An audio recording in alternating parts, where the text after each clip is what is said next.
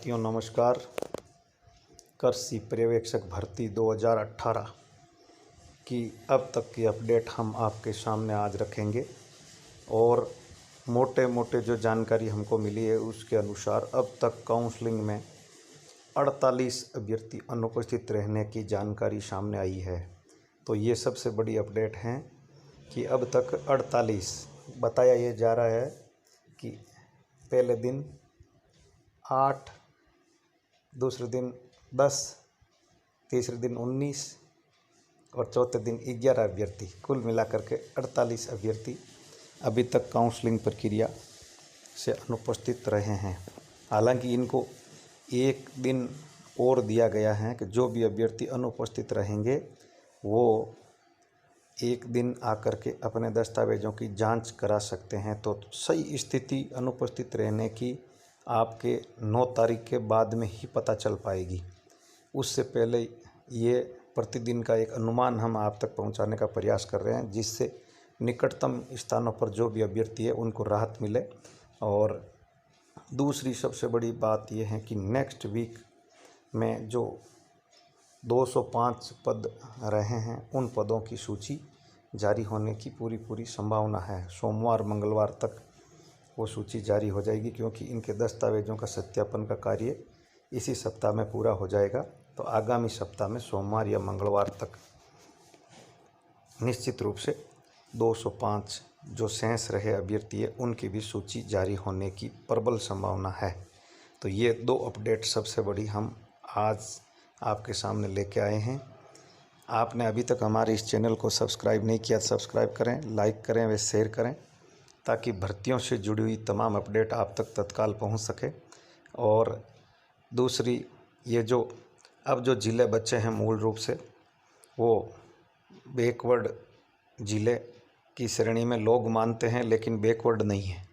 वहाँ जाने पर आपको किसी भी प्रकार की परेशानी नहीं होगी। प्रत्येक ज़िले में आवागमन के लिए वाहन की सुविधा उपलब्ध है और हर प्रकार की आपको सुविधाएं वहां उपलब्ध हो जाएगी। किसी भी प्रकार की कोई परेशानी नहीं रहेगी। तो इसलिए आप उन ज़िलों का चयन करें। साथियों, साथ ही इस भर्ती से जुड़े हुए कई अनसुलझे सवाल भी लोगों के सामने आ रहे हैं और कई लोग ये भी आरोप लगा रहे हैं कि कहीं भी गड़बड़ी भी हो सकती है, लेकिन ऐसा कुछ नहीं है। पूर्ण रूप से पारदर्शी तरीके से भर्ती संपन्न हो रही है।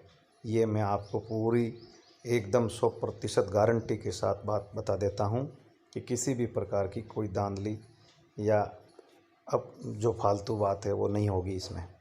दूसरा, भर्ती के पूरे पद भरे जाएंगे, ये दूसरी निश्चित बात है। शेष रख दिए, कई लोग कह रहे हैं कि 6 महीने तक इनको रख दिया तो वो पद रद्द हो जाएंगे, ये हो जाएंगे, इतनी भर्ती मान ली जाएगी। ऐसा कुछ नहीं है। ये निर्धारित प्रक्रिया और कानूनन प्रक्रिया के दौरान इस प्रकार से पदों को रखा गया है। तो वो विधिवत प्रक्रिया संपन्न होते ही सभी पदों की भर्ती चल रही है।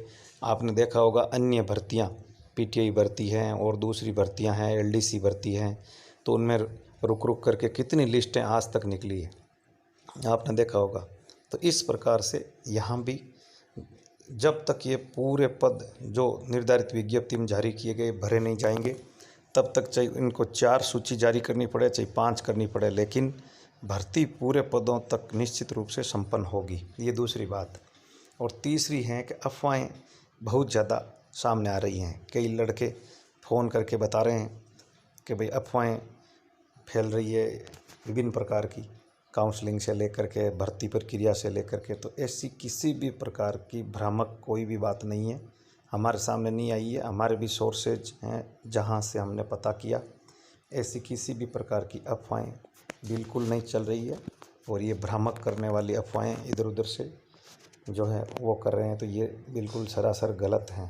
किसी भी प्रकार की गड़बड़ी नहीं होगी। पूर्ण रूप से पारदर्शी तरीके से जो निर्धारित मेरिट में है उनका हक कोई नहीं मार सकेगा और उन लड़कों का निश्चित रूप से, विद्यार्थियों का या अभ्यर्थियों का चयन निश्चित रूप से होगा और किसी भी प्रकार की गड़बड़ी नहीं है।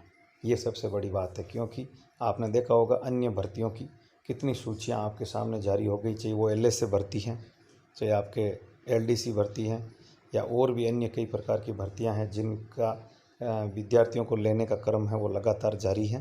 तो इस प्रकार से थोड़ा समय ज़रूर लग सकता है, लेकिन जो निकटतम स्थानों पर है उन अभ्यर्थियों का चयन निश्चित रूप से होगा और मेरिट निश्चित रूप से नीचे जाएगी, ये फाइनल है। तो आप हमारे इस चैनल के साथ लगातार बने रहें